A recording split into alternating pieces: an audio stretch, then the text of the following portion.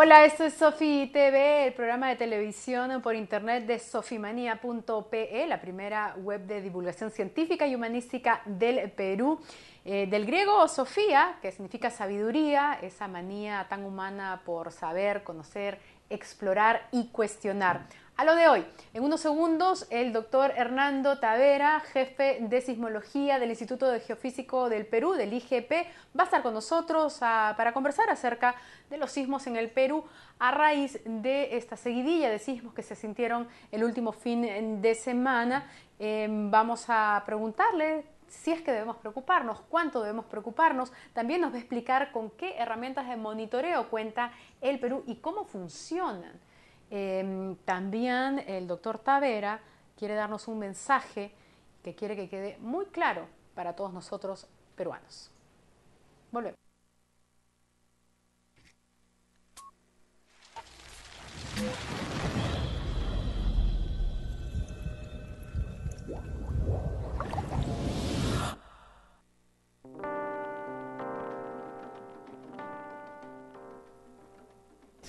Bien, de vuelta aquí en Sofi TV, estamos acompañados por el doctor Hernán Tavera. Él pertenece al Instituto Geofísico del Perú, al área de sismología. Gracias por visitarnos aquí en Sofi TV, doctor Tavera. En los últimos días, el fin de semana precisamente, ha habido una serie de sismos en el norte y también en el centro del país que ha llamado la atención de la gente y a la preocupación, porque se trata de sismos de entre 4 a 5 grados que han ocurrido además en un periodo de 24 horas, ¿no? La gente está preocupada. ¿Ustedes como científicos también están preocupados? No, yo creo que la población debería comprender de una vez ya de que nuestro país es un país altamente sísmico, por lo tanto es normal que ocurran los eventos sísmicos con mayor o menor frecuencia, con mayor o menor magnitud, ¿no?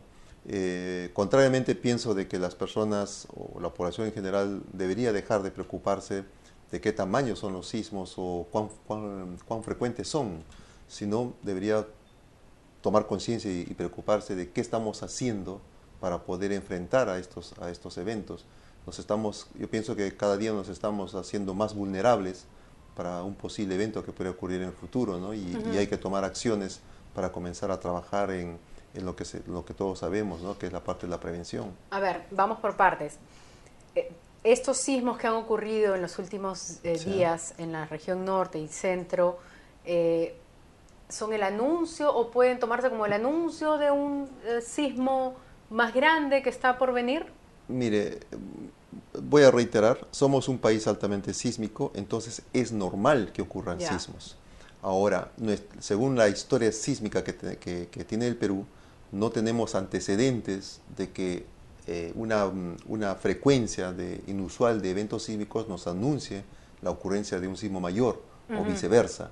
No Correcto. tenemos esa experiencia. Es decir, según la biografía sísmica del Perú, no consta que pequeños sismos haya anunciado un sismo grande. Exacto. Pero tampoco se puede descartar que sucede. Es decir, Claro, no hay sustento para una hay, ni para la otra cosa. hay pruebas a nivel mundial, o en todo caso hay eventos sísmicos que han ocurrido a nivel mundial que han tenido estos pequeños eventos sísmicos premonitorios. Ya, en otras ¿no? regiones En otras geográficas. regiones ¿no? Pero vuelvo a repetir, en nuestro país no tenemos esa experiencia, Ya. no tenemos información con la cual poder sustentar o establecer patrones que nos indiquen que algo de esto va a ocurrir. Correcto. ¿Ya? Pero lo que sí es cierto de que vamos a seguir teniendo sismos porque somos un país altamente sísmico. Claro, cuando usted habla de que la gente en lugar de estar preocupada de la frecuencia de los sismos o de cuántos sismos hay en 24 horas, deberíamos de preocuparnos más de estar siempre listos y preparados para enfrentar un gran sismo. Ustedes en el IGP realizaron un estudio que fue publicado el año pasado de la detección de las zonas, ¿no?, más propensas, no sé si se dice así, Mire, a ser afectadas por un sí, lo sismo. podemos asociar también un poco a la historia, como ha mencionado, ¿no? En la región sur del Perú no ocurre un sismo grande desde 1868. En la zona centro, donde se encuentra Lima, no ocurre un sismo grande desde 1746. Entonces estamos hablando de periodos muy grandes en los cuales se ha producido una acumulación importante de energía que no ha sido liberada. Entonces esta situación o este escenario nos ha permitido a nosotros poder investigar un poco más. utilizando las nuevas tecnologías, las nuevas maneras de obtener la información. Se han colocado estaciones geodésicas desde Lima hasta Antofagasta, en el caso de Chile, y se ha analizado toda actividad sísmica que se presenta en toda esta región. El resultado de esto es de que la placa continental en la zona de Perú tiene un avance hacia el mar del orden de 62 milímetros por año. Ya. ¿No? Eso o sea, eso es lo que ustedes han detectado. Se ha detectado, se ha cuantificado. Cada año es un avanza, promedio, es un promedio. Ya, Es un promedio en de promedio este avanza 62 milímetros por año. ¿Qué ¿no? cosa es lo que avanza? La placa continental avanza sobre la placa oceánica Ya. o en todo caso avanza hacia el mar. La placa continental, un poco para que la gente nos entienda mejor, es la tierra, el La piso tierra, sobre el que estamos en la costa. Es el continente sudamericano. Se mete por encima. Se va por encima de la placa del oceánica. Piso del mar. Sí, se va Esto por a la encima. altura de... Bueno, el punto de contacto de estas dos placas se encuentra exactamente a 220 kilómetros mar adentro, Ya. tomando como referencia la costa. Entonces, desde ese punto hasta pues por debajo del continente, ambas placas están en continuo contacto, ¿no? Esa sería nuestra zona de mayor Pero hay una riesgo.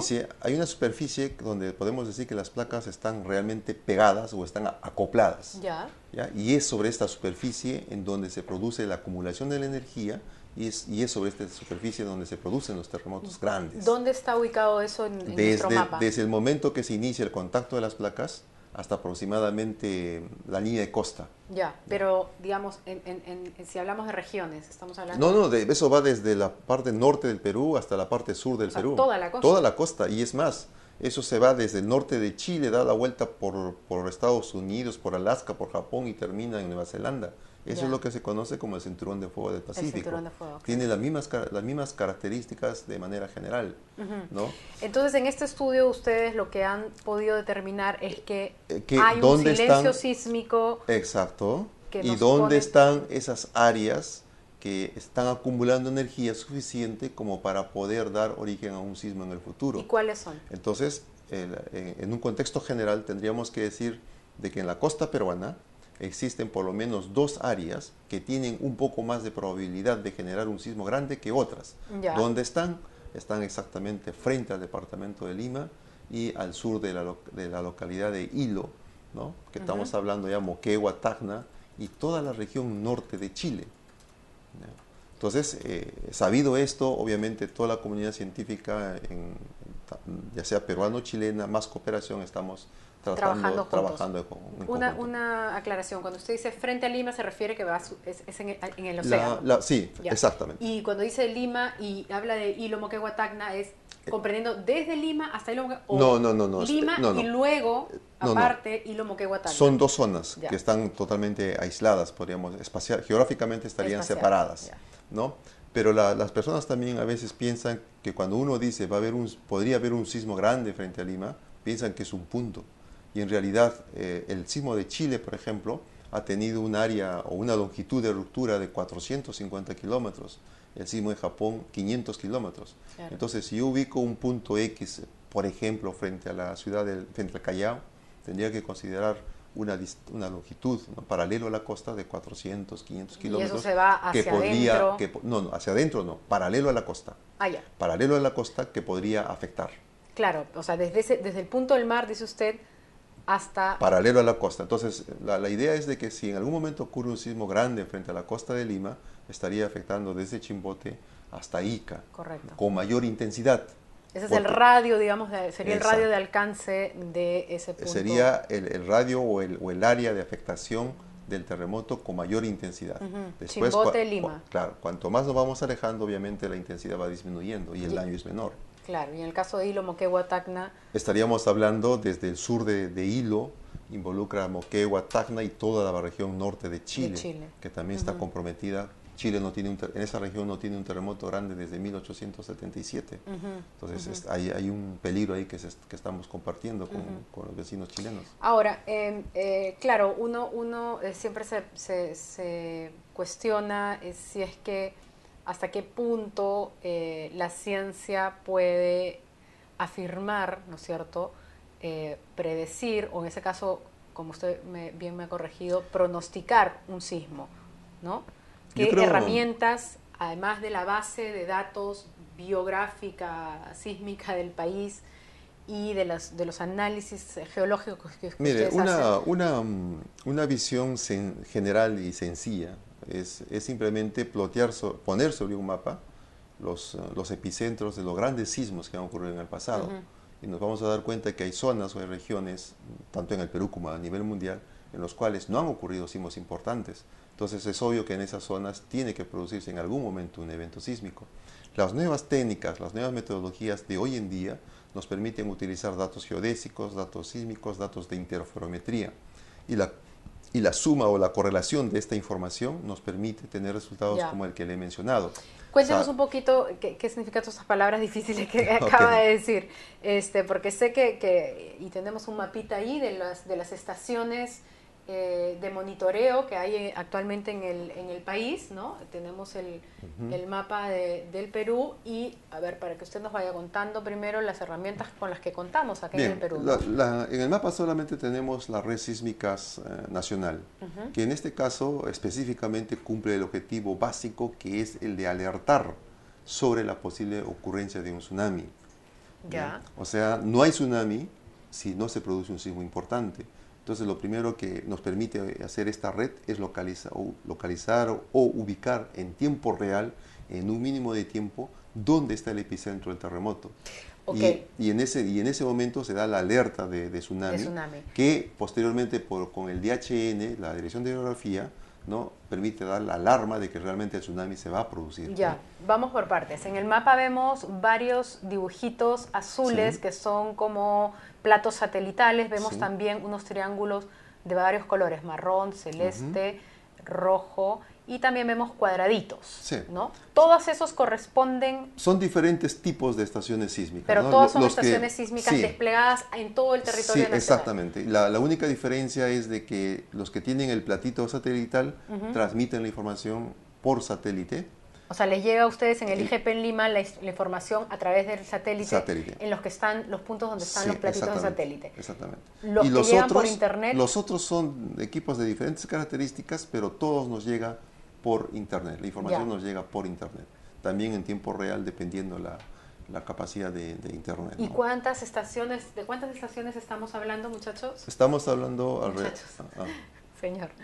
¿De cuántas estaciones estamos estamos hablando alrededor de 14 estaciones satelitales Ya. y aproximadamente 30 estaciones que transmiten la información por internet o por telemetría en este caso, ¿no? ¿Qué significa por telemetría? Por telemetría simplemente es transmisión tipo radio, Ya. ¿no? Que con una determinada frecuencia nos llega la información en tiempo Ok. real también, ¿no? Ya. Entonces la suma de toda esta información nos permite tener la red sísmica nacional. Estas 44 estaciones que hay en todo el país, tenemos ahí unas fotos también para poder ver realmente de qué constan, ¿no? Y cómo son. Eso que estamos viendo en pantalla, por ejemplo, ¿qué consta? Es parte es una de las estaciones que integran la red sísmica satelital. Si se dan cuenta en la imagen al lado derecho, ahí El dice plato. Nanometrics, ¿no? Es el plato que nos permite transmitir la información hacia el satélite. Y esa ¿no? caja... Y en el interior de esa caja tenemos el sensor, ¿no?, que va a detectar el sacudimiento del suelo, y al costado tenemos los equipos que almacenan información y que tienen toda Ya. la parte de control electrónico, ¿no? Ahora, esta caja donde está el sensor, ya no son los sensores como conocíamos antes nosotros con esas agujitas que No, pintan, ya no. el papel. Esos eran registradores sísmicos. Ya, ¿no? tenemos otra foto que muestra más o menos la apariencia de lo que es Un sensor. un sensor actual. ¿Es esto? Ese es un sensor, ahí tenemos en realidad 3 sensores, Ya. porque nos está registrando el movimiento del suelo en 3 direcciones. Hay uno que está de pie, que me registra el movimiento vertical del movimiento del suelo, y los Es otros... el circular. Sí, y los Ya. otros 2 están orientados norte-sur y este-oeste. Ok. Me registra el sacudimiento del suelo en ambas direcciones, ¿no? Eso tiene insertado algo hacia abajo, imagino. No, simplemente están insertados en el suelo mediante una superficie de concreto, ¿no? O sea, hay Ya. una mesa de concreto y sobre eso están colocados los equipos, ¿no? Los sensores, en todo O caso. sea, el sensor, ¿cómo funciona? ¿Es un sensor de qué? Es prácticamente, en palabras sencillas, es un péndulo. Ya. Es un péndulo que en el momento que recibe una fuerza, se sacude con mayor o menor intensidad y nos indica una dirección. Y eso es registrado y mandado a ustedes Claro. al IGP en Lima, donde el software que tienen software lo automático que convierte en tenemos, los datos sí, que nos dan luego de exactamente. tal intensidad. Y en la foto anterior, por favor, muchachos, eso es ¿Otro En sensor? este caso, las 3 botellas que hemos visto antes, los 3 sensores que hemos visto antes, están integrados en uno solo aquí. Ya. ¿Ya? Entonces este equipo es mucho más moderno que el anterior, Ok. ¿no? Pero cumplen las mismas funciones. ¿Ya? Ya. ¿Y esos equipos que tenemos, digamos, estamos actualizados aquí en el Perú con estos equipos? Claro, la red sísmica satelital en estos últimos 2 años está siendo implementada. Y la Ya. primera estación satelital dentro del proyecto que el gobierno nos permitió implementar empezó en julio del 2011.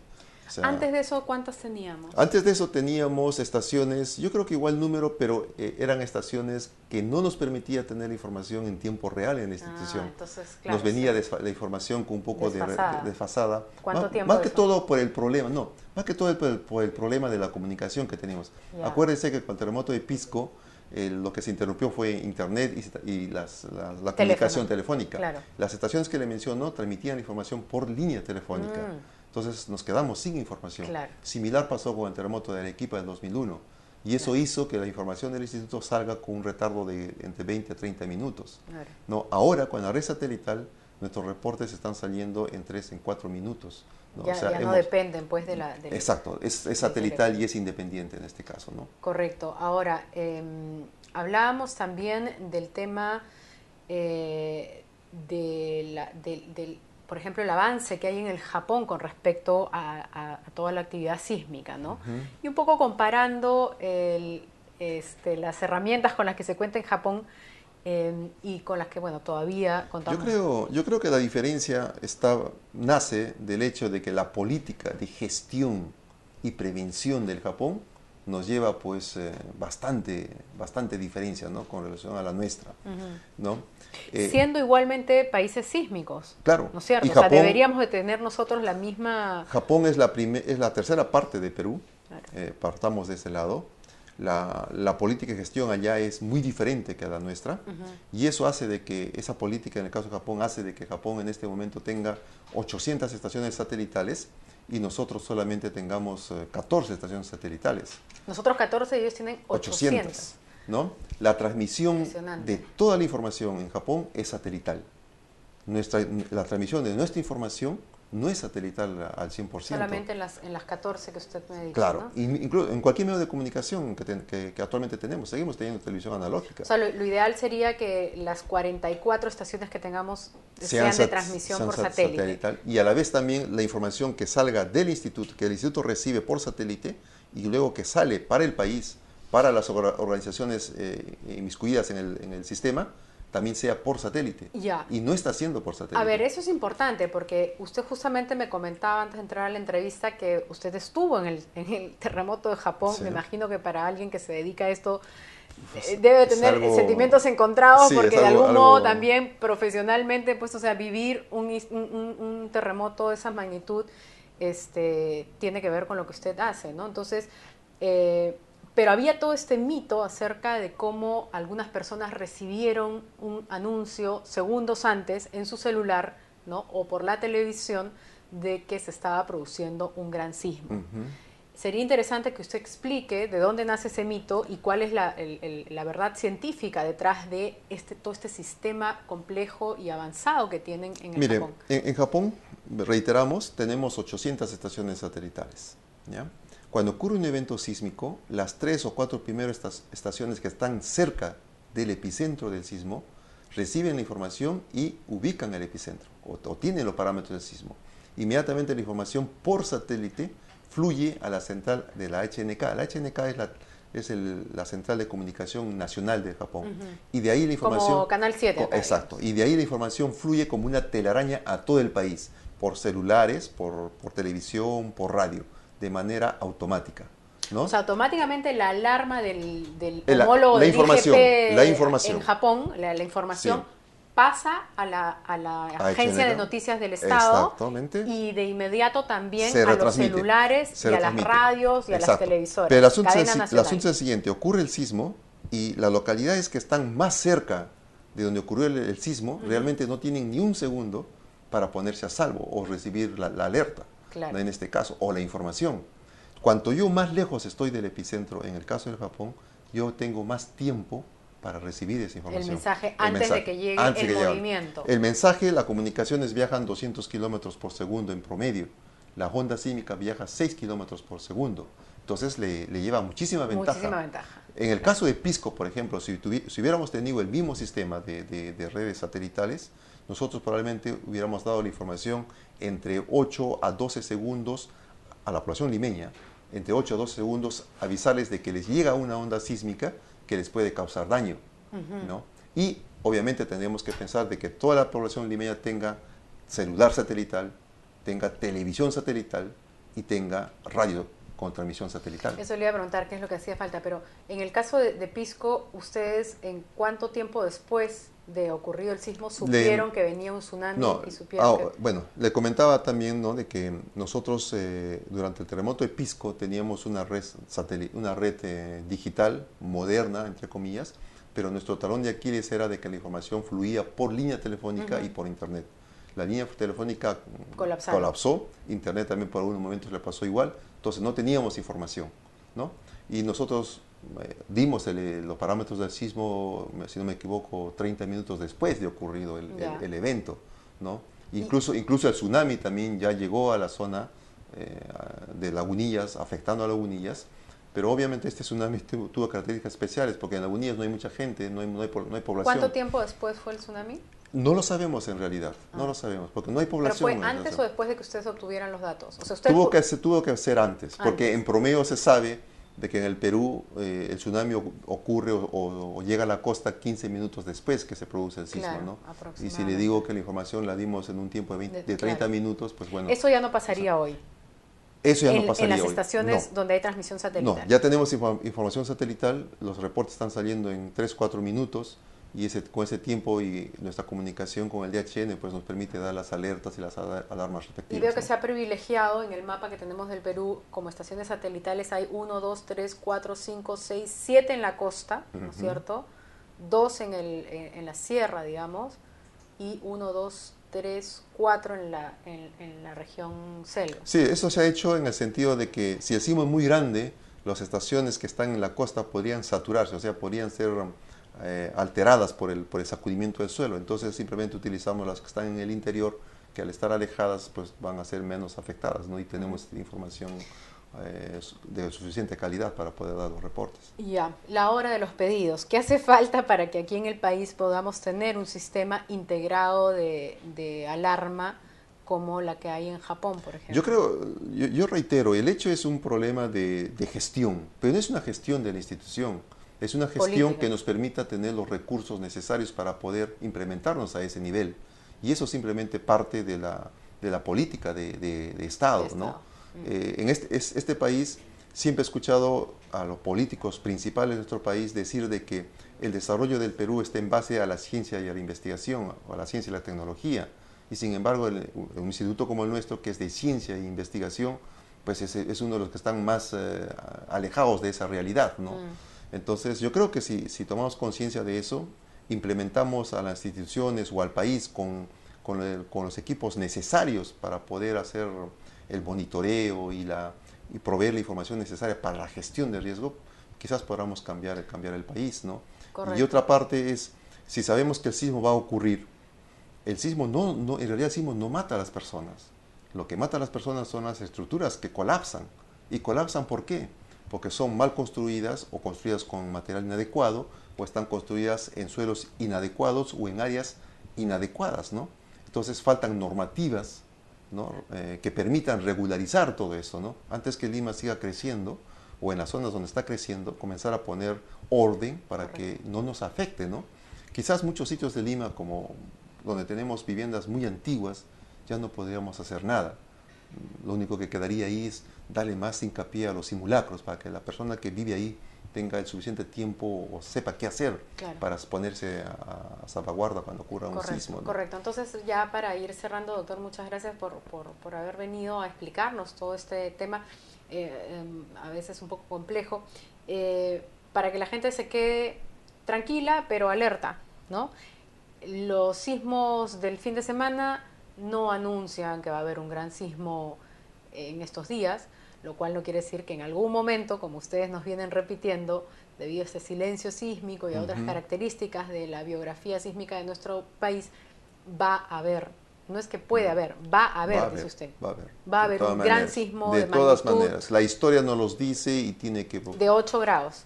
Probablemente. Los últimos sismos grandes en el país han estado entre 8 y 8.5, ¿no? Y, obviamente, y repito, los sismos grandes son cíclicos en el tiempo. Todos los sismos son cíclicos en el tiempo y tienen que volver a producirse. Y entonces, ¿no? simplemente recordarle a la gente que hay que tener nuestros protocolos de acción con la familia, en los diferentes, digamos, escenarios, ¿no? En la casa, en la escuela. Yo estoy siendo muy incisivo en el hecho de que dejemos de preocuparnos qué tamaño va a ser el sismo, cuándo va a ocurrir el sismo. Preocupémonos en qué estamos haciendo nosotros para prepararnos y ser menos vulnerables ante el sismo. Correcto. Y eso empieza desde el ente familiar. Si no trabajamos en eso, la historia no va a cambiar. No va a cambiar. Esa es la clave. Esa es la clave. Muchísimas gracias, doctor Tavera. Gracias. Hasta otro momento. Gracias. Volvemos.